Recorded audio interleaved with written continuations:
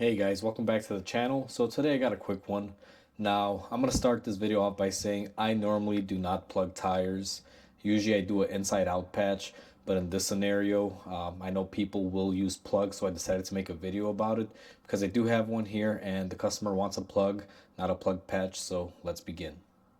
So the first step in the process is usually you got to find where your nail or screw or whatever it is that got inside your tire is. And this one, it's basically right here. I don't know how well you guys can see, but essentially we got a screw here. It looks like a construction screw, and it looks fairly recent too because it's not really rustic. So what you're going to want to do is basically get your angle cutters, and you're going to want to basically grab it and pull it out.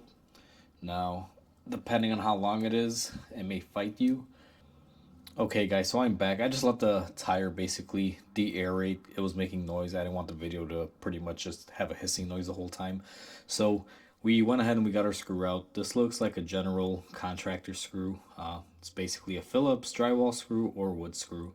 Very common around here. I'm in Chicago, so if you drive in an alley, these are very, very common. If you live here, you know exactly what I'm referring to. So essentially, now that we got our screw out, you're usually going to have a kit that you buy with tire plugs. What they normally consist of is basically a bunch of the tire plugs that are in here, and they will also come with the cleaning tool, which is this item right here, and then you will have the actual installation tool. Now, the ones that you may get in the store are going to be basically plastic. My tools are metallic because I bought some fancier versions of these, not just the regular ones that you find at your typical Walmart or part store.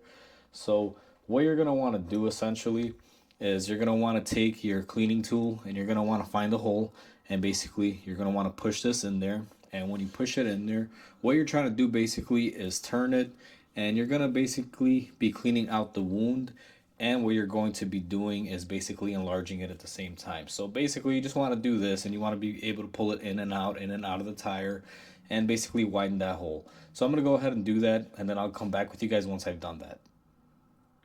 Okay guys, so basically I'm able to get my tool all the way in there now. I've turned it a few times and I'm able to push it in and out. As you can see, it's all the way in and I can actually pull it out. So once you get to this level, basically you're going to want to take out your reamer tool, and what we're going to be doing essentially is getting one of our plugs. So what you basically do is, this is what the plug will look like. These things are very sticky. I don't know if you guys can pick that up. Let me get it closer to the camera. That's basically how sticky they are. And what you're going to want to do is take your tool that has the cutout in here, and what basically you're going to want to do is you're going to want to push this through. Now these can be a little bit difficult. Okay guys, so I figured I'd show you. Basically what I did was I pushed this a little bit in here. Now if you can get all the way in without using another tool, feel free, but basically I pushed in, so there's an edge coming out. And then what I'm going to do is, just because these are kind of difficult, basically you're going to want to pull it through. It takes a little bit, so there you go.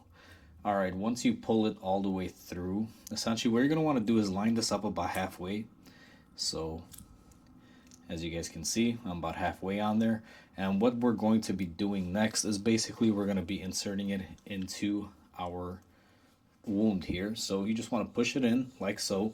Now I removed the air out of the tire, so this one's a little bit difficult. You guys can see that the tire is basically moving inward. When you do this, typically you want to have air. It'll make it a lot easier to push in, but if you don't, that's fine too. So you want to basically push it in, leave about, I want to say about a quarter of the plug coming out. And what you're going to want to do then is you're going to basically pull this tool out, but you're going to pull it out quickly. You're not going to sit there and take your time with it. Basically, I'm going to show you in real time here. This is how I do it. So basically what happens when you remove it is this tool is designed to expand.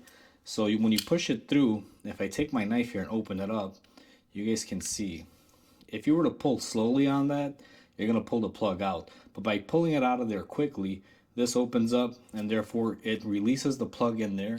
So that way the plug remains intact. Alright guys, so I went ahead and I filled up my tires with air. So basically what I like to do next, now this next step, you don't really have to do it, but I prefer to do it just to make sure.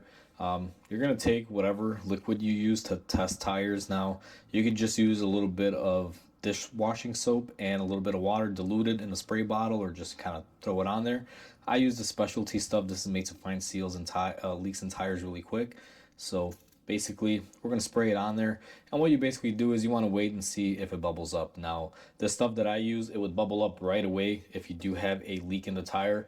So once you have established that you have no air leaking out of the tire from your plug area, what you're going to want to do is basically take a knife or something sharp, and you want to be careful. But what I like to do is I grab it and I try to get it as flush as I can.